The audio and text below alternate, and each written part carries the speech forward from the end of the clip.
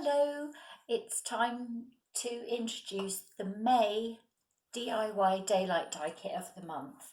And this month we're using madder to dye the yarn. These are examples of the yarn that we've dyed. And it's going to be a three-stage process this time, so a little bit more involved, which is why I thought a video might help. And I've used this Blueface Leicester silk. It's got the most gorgeous silky sheen, and it's a lovely soft grey colour, which I think suits the rusty colours of the madder very well. So the first thing you need to do is to mordant the yarn, and the mordant prepares the yarn to accept the dye colour. And I use cream of tartar and alum.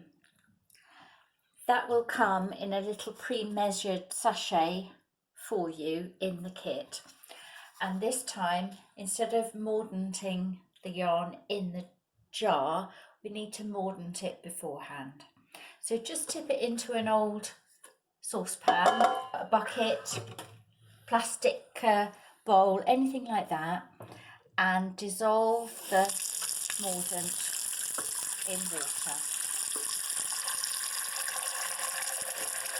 Like that.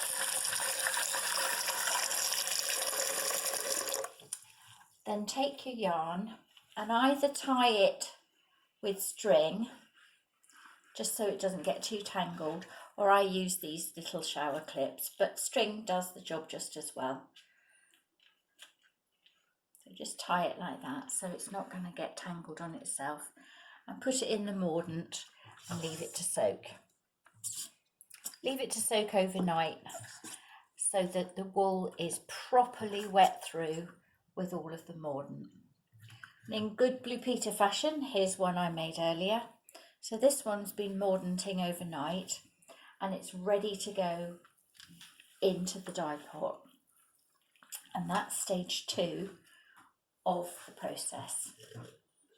What you need to do is empty your madder from the sachet in the kit into your jar and sort of half fill it with warm water.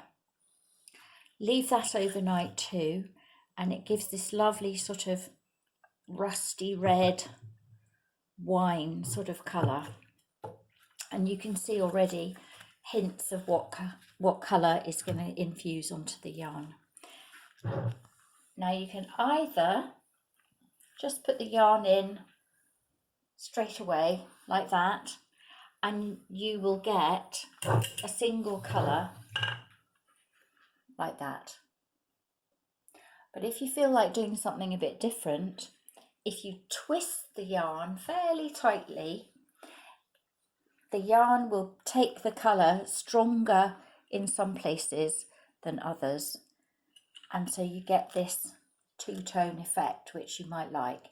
The tighter you twist it, the less dye will infuse onto the yarn. So it's up to you really.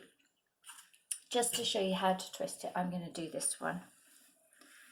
Bear in mind it is wet still, so you do need to do this over a basin. Just twist it round and round and round like that, as though you were making it up into a skein again. And of course the mordant will drip out, which is why you need to do it over the sink.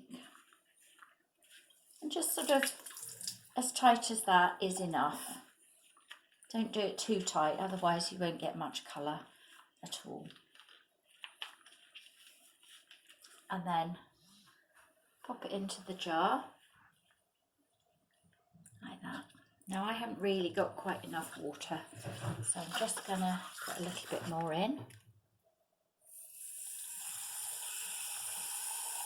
Like that. And as usual, close the lid and leave it in the daylight somewhere for about 3 months. It doesn't have to be super sunny, so if you've got a sheltered back doorstep and your jar is going to resist the weather, that'll be fine.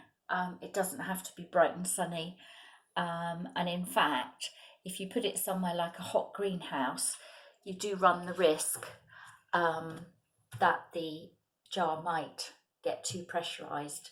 So it's actually better just to have it in daylight, not bright sunlight. And that's your May die kit of the month.